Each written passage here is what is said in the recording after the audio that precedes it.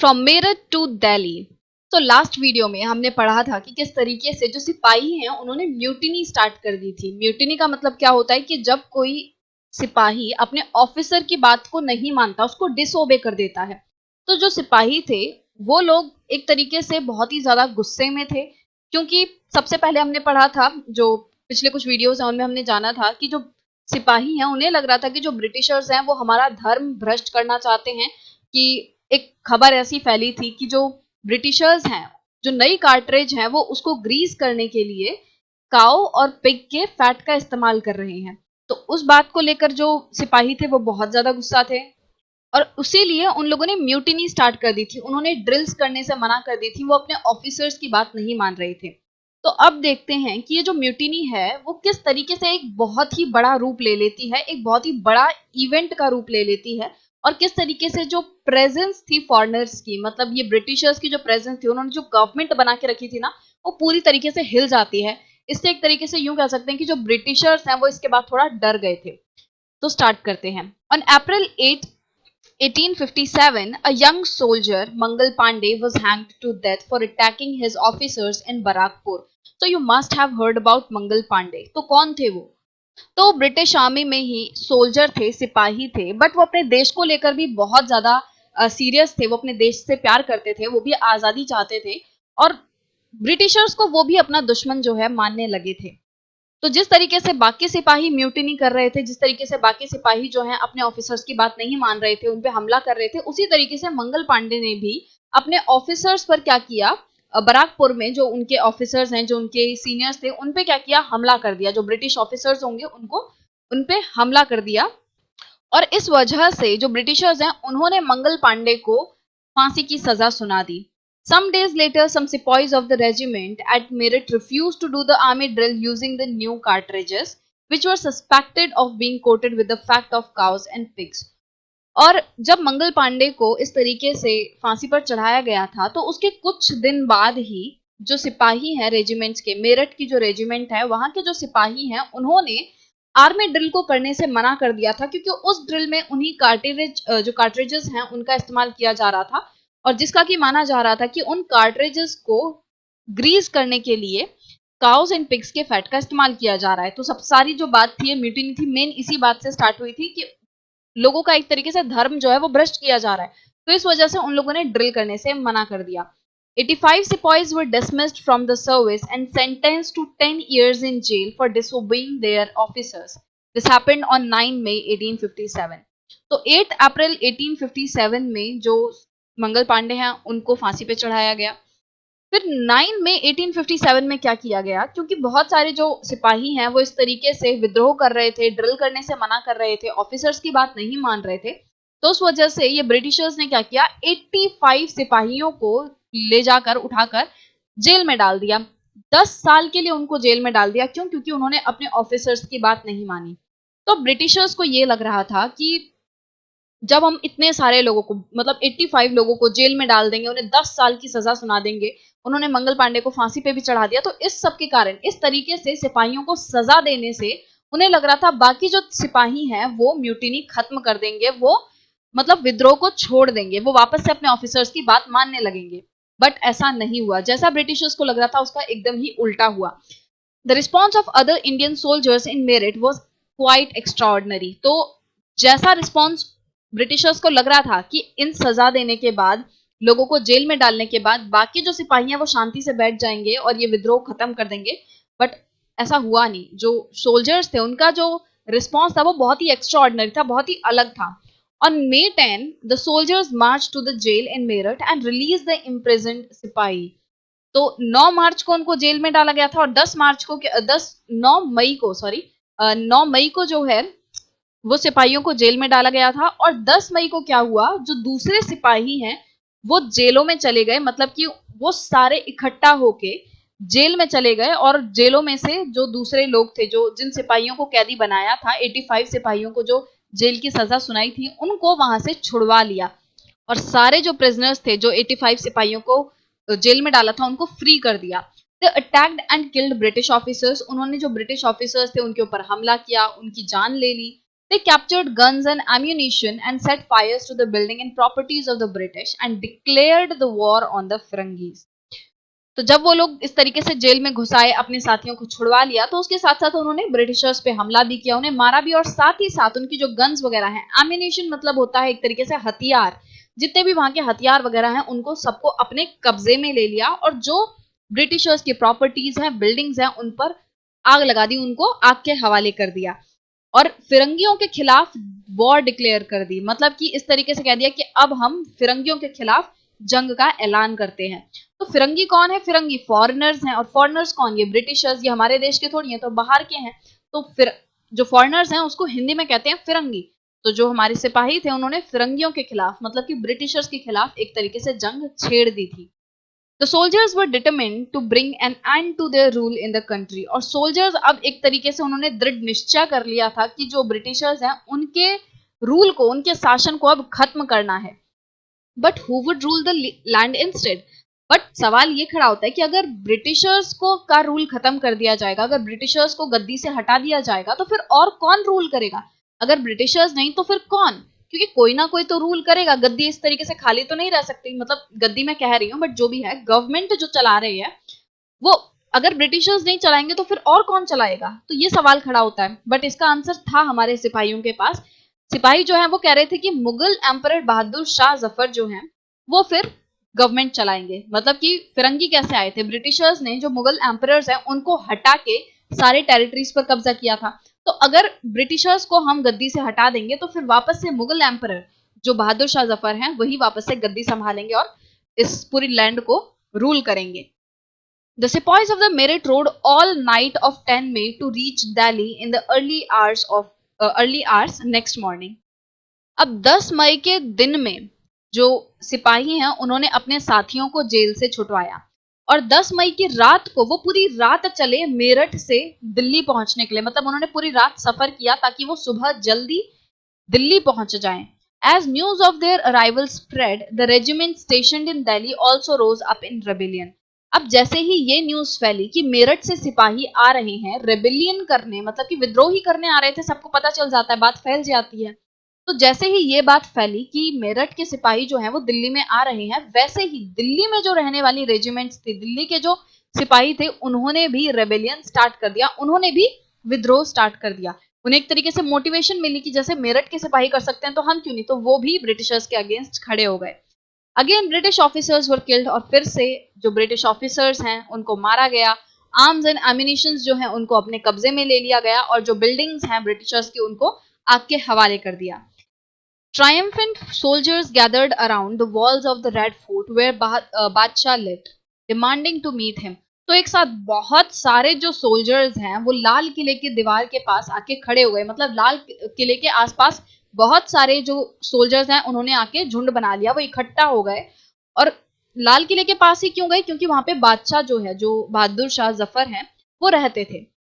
अब जो सिपाही हैं वो लाल किले के बाहर खड़े होके ये डिमांड करने लग गए कि हमें बादशाह से मिलना है। The emperor was not quite willing to challenge the mighty British power but the soldiers persisted. अब जो एम्परर है, जो बहादुर शाह जफर है, वो थोड़ा सा हिचकिचा रहे थे। मतलब कि वो ब्रिटिशर्स की जो बहुत बड़ी पावर है, ब्रिटिशर्स उस टाइम पे पावरफुल थे, है ना, नो डाउट। तो एक तरीके से बहादुर शाह जफर जो है वो थोड़ा डर रहे थे, हिचकिचा रहे थे। वो ब्रिटिश की पावर को चैलेंज नहीं करना चाहते थे, उसका विद्रोह नहीं करना चाहते थे। बट सोल्जर्स जो हैं वो उन्होंने परसिस्ट किया, उन्होंने जोर दिया कि नहीं, आपको ब्रिटिशर्स के खिलाफ खड़े होना पड़ेगा, आपको हमारा साथ देना पड़ेगा। तो सोल्जर्स जो हैं उन्होंने बहुत ज्यादा इस चीज पे जोर दिया और बादशाह को एक तरीके से मनाया। They forced their way into the palace and proclaimed Bahadur Shah Zafar as their leader।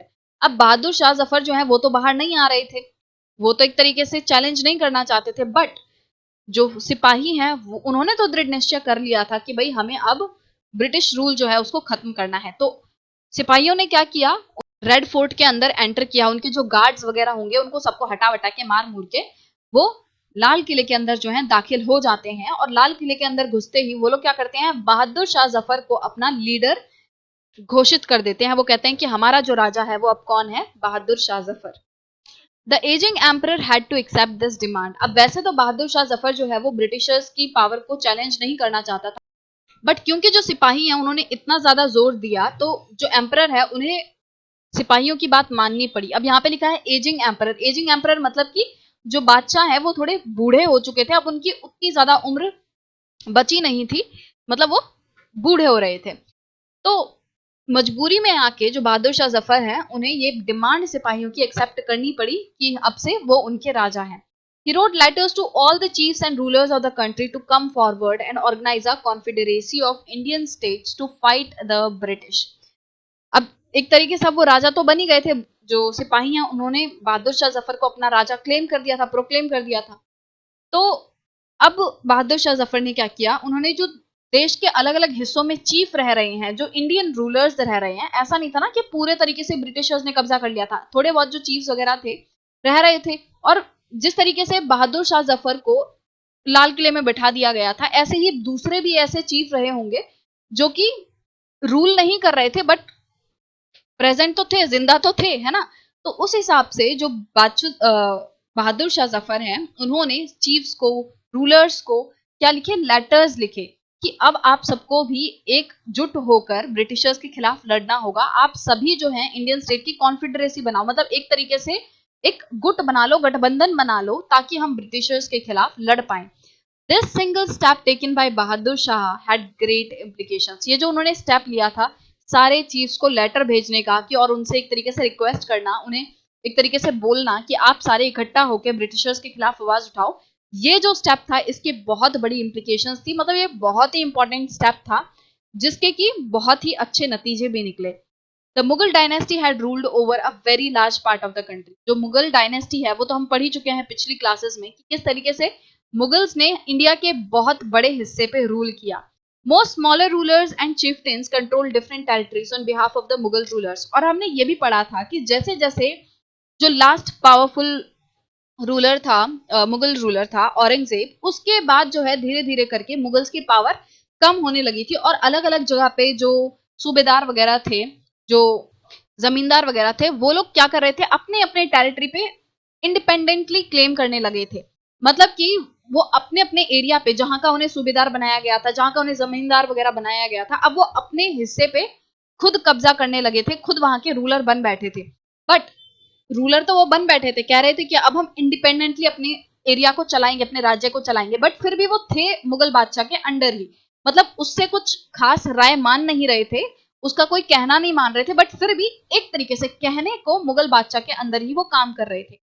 तो इस तरीके से हमने पढ़ा था कि धीरे धीरे करके जो मुगल रूलर्स हैं वो बट गए थे, मतलब कि लोग अब इंडिपेंडेंटली काम करने लगे थे। पहले जो सारा काम था वो मुगल एम्परर दिल्ली से संभालता था, बट क्योंकि अब मुगल एम्परर्स की पावर कम होने लगी थी औरंगजेब के बाद, तो लोगों ने इंडिपेंडेंटली अपने स्टेट्स जो है वो स्टार्ट कर दिए। तो उसी की बात की जा रही है कि बहुत सारे जो स्मॉलर रूलर्स थे, चिफ्टेंस थे, वो अलग अलग टेरिटरीज को कंट्रोल करते थे on behalf of Mughal ruler. Threatened by the expansion of British rule, many of them felt that if the Mughal emperor could rule again, they too would be able to rule their own territories once more under Mughal authority। तो जैसे ही बहादुर शाह जफर वापस से एक तरीके से ruler बने, क्योंकि अब सोल्जर्स ने तो कह दिया, जब लोगों ने ये कह दिया कि हमारा रूलर ये है, तो एक तरीके से वो राजा बन गए थे वापस से। तो जो लोग थे जिनसे उनकी टेरिटरीज ब्रिटिशर्स ने छीन ली थी, जो छोटे छोटे रूलर्स बन गए थे पहले, और उन रूलर्स से ब्रिटिशर्स ने क्या किया, उनकी टेरिटरीज छीन ली, तो अब उन रूलर्स को क्या लगने लगा, उन स्मॉलर रूलर्स को, चिफ्टेंस को ये लगने लगा कि अगर मुगल बादशाह फिर से रूलर बन सकता है, फिर से राज कर सकता है, तो हम क्यों नहीं, है ना। क्योंकि उन लोगों को भी डर लग रहा था ब्रिटिशर्स के एक्सपेंशन से, कि जैसे जैसे ब्रिटिशर्स बढ़ते जा रहे हैं वो और ज्यादा पावरफुल होते जा रहे हैं, वो और ज्यादा मतलब लोगों पे अत्याचार भी कर रहे हैं।